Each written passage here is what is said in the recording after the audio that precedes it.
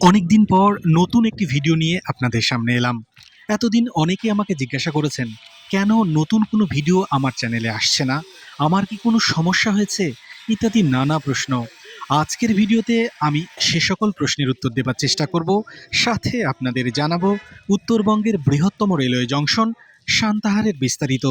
সকল কিছু জানতে এবং দেখতে পুরো ভিডিও দেখতে থাকুন। সান্তাহার রেলওয়ে স্টেশন আমার আসলে অতি স্মৃতি বিচলিত একটা স্টেশন। আমি যখনই ঢাকায় যাই তখন হচ্ছে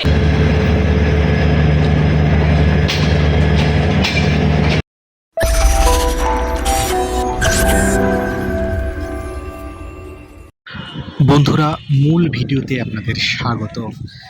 শুরুতেই যেমনটা বলছিলাম, সান্তাহার রেলওয়ে জংশন। তো সান্তাহার রেলওয়ে জংশনের ভিতরের দিকে অর্থাৎ প্ল্যাটফর্মের দিকে যখন আমি যাচ্ছিলাম তখন আকাশ অনেক মেঘাচ্ছন্ন ছিল, কিছুটা বৃষ্টিও হচ্ছিল, একটু অন্ধকারও ছিল। আবার খুব যে অন্ধকার রবীন্দ্রনাথ ঠাকুরের গানের মতো যে বর্ষণমণ্ডিত অন্ধকার, ঠিক ওরকম অন্ধকার নয়, তবে অন্ধকার ছিল। তো যাই হোক, বৃষ্টির কথায় পরে আসছি।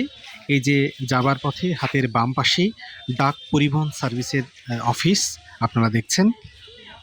আপাতত এই অফিসের পাশ দিয়ে আমি হেঁটে যাচ্ছি। আমার সামনে রেল লাইন, সোজা সমান্তরাল রেল লাইন।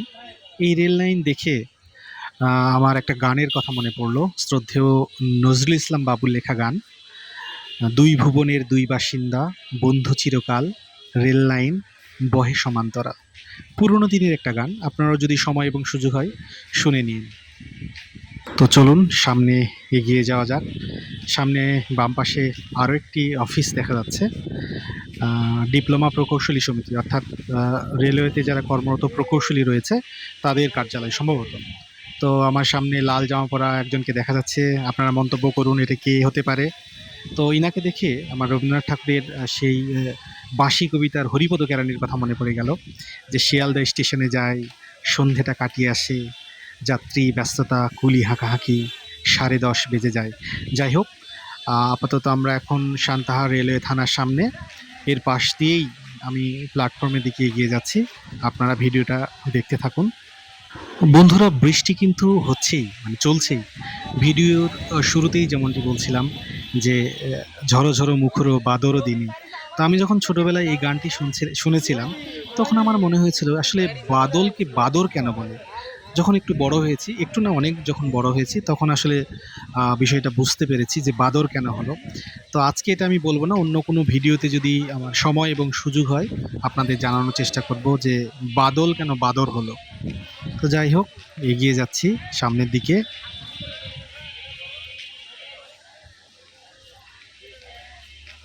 তো সামনের দিকে এগিয়ে যেতেই যে বিষয়টা আমি দেখলাম, আমারও পুরাতন স্মৃতি ভেসে উঠলো। তো এই সেই বটগাছ এবং এই সেই দোকান। ছোটবেলায় যখন আমি সান্তাহার স্টেশন থেকে কোনো গন্তব্যে বাবা মার সাথে যেতাম, তখন এখানে এসে এই দোকানের সামনে এসে এই দোকানের জিনিসপত্র নেওয়ার জন্য অনেক জেদ করতাম। সেই পুরাতন কথাগুলো আমার মনে পড়লো। ভিডিওর শুরুতেই যেমনটি বলছিলাম যে সান্তাহার রেলওয়ে জংশনের বিস্তারিত ইতিহাস আপনাদের তুলে ধরব। তো চলুন বন্ধুরা, একটু জেনে নেওয়া যাক সান্তাহার রেলওয়ে জংশনের ইতিহাস। আপনারা ভিডিওটা দেখতে থাকুন, আর এর ফাঁকে আমি এই সান্তাহার রেলওয়ে জংশনের ইতিহাসটা আপনাদের সামনে তুলে ধরার চেষ্টা করি। বগুড়া জেলার আদমদীঘি উপজেলায় অবস্থিত একটি ঐতিহাসিক রেলওয়ে জংশন অবিভক্ত ভারতের উত্তরবঙ্গ ও আসাম, ত্রিপুরা ও নাগাল্যান্ডের সাথে পশ্চিমবঙ্গের যোগাযোগ সহজ করার জন্য 1878 সালে ব্রিটিশ আমলের পূর্ববঙ্গ রাজ্য রেলপথের অংশ হিসেবে প্রতিষ্ঠিত হয়। 1899 সালে ব্রহ্মপুত্র সুলতানপুর রেলওয়ে কোম্পানি যমুনার পশ্চিম তীরের সান্তাহার থেকে ফুলছড়ি পর্যন্ত একটি মিটার গেজ রেলপথ তৈরি করেন। 1901 সালে Bonarpara Santahar metre gauge line চালু হলে এটি পূর্ণাঙ্গ জংশনে পরিণত হয়। 1910 থেকে 1924 সাল পর্যন্ত ধাপে ধাপে সাকল সান্তাহার এবং সান্তাহার পার্বতীপুর লাইন ব্রডগেজে রূপান্তরিত করা হয়। শুরুতে এর নাম ছিল সুলতানপুর, পরে 1947 সালে সান্তাহার নামকরণ করা হয়। তো বন্ধুরা, সান্তাহার রেলওয়ে জংশনের সংক্ষিপ্ত ইতিহাস আপনারা শুনলেন। এবারে চলুন দেখা যাক এই স্টেশনের ভিতরে এবং প্ল্যাটফর্মের ভিতরে আরও কি কি আছে।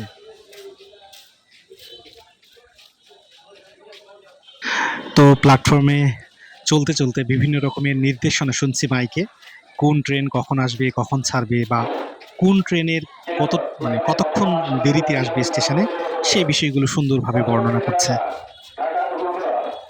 সান্তাহার রেলওয়ে জংশনের আজকের যে চিত্র, সচরাচর অন্য দিন এরকম কি দেখা যায় না। অর্থাৎ এখানে আমাকে প্রায় আসতে হয় কোনো গন্তব্যে যেতে বা কাউকে গন্তব্য থেকে নিতে অথবা গন্তব্যে পৌঁছে দিতে, কিন্তু এরকম ফাঁকা আমি সচরাচর দেখি না।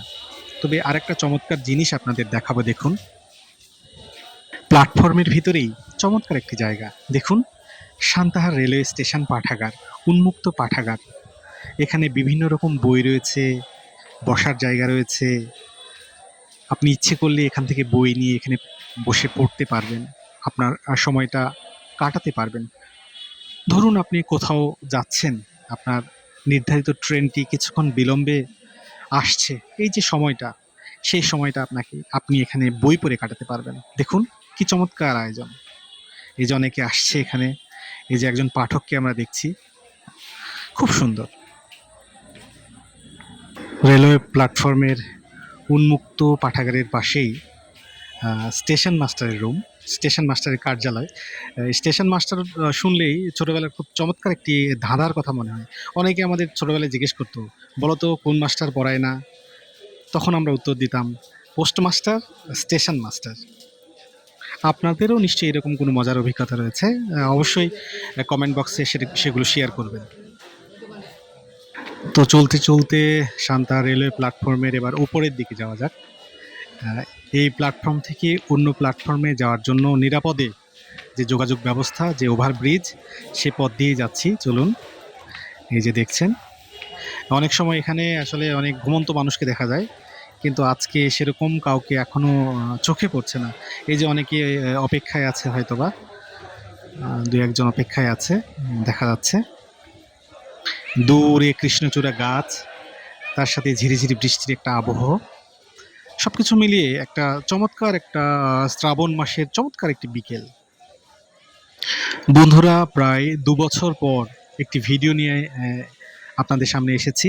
তো আজকের এই ভিডিওটি কেমন হলো, কোথায় কোথায় আমার দুর্বলতা রয়েছে, আরও কি করলে আরও বেশি ভালো লাগবে, আপনারা কি কি দেখতে চান, অবশ্যই মন্তব্য অংশে লিখে জানাবেন এবং আমার ভুলগুলো ধরিয়ে দিবেন। তো ওই যে লাল ভবনটা দেখতে পাচ্ছেন, সেটাই টিকিট কাউন্টার, সেটাও দেখাবো। তার আগে একজন যাত্রীর সাথে আমার দেখা, তিনি কি বলেন একটু শুনে নিই। সান্তাহার রেলওয়ে স্টেশন আমার আসলে অতি স্মৃতি বিচলিত একটা স্টেশন। আমি যখনই ঢাকায় যাই তখন হচ্ছে এই স্টেশন থেকেই যাই। আর মানে ছোটোবেলায় যখনই হচ্ছে রেল গাড়ি বা হচ্ছে স্টেশনের কথা শুনতাম, তখনই আমার এই সান্তাহার স্টেশনের কথাই মনে হতো। তো ওভারব্রিজের উপরেই যখন একজন যাত্রীর সাথে কথা বলছিলাম, তখনই সাইরেন বাজিয়ে অর্থাৎ হর্ন বাজিয়ে সেই ট্রেন চলে এসেছে। ছোটোবেলায় শামসুর রহমান ঝকঝকাঝক ট্রেন চলেছে, এই কবিতা যারা শুনেছেন এবং পড়েছেন, ঠিক সেরকমটি শব্দ করে ঝকঝক করে ট্রেনটি চলে আসলো যাত্রীদের জন্য।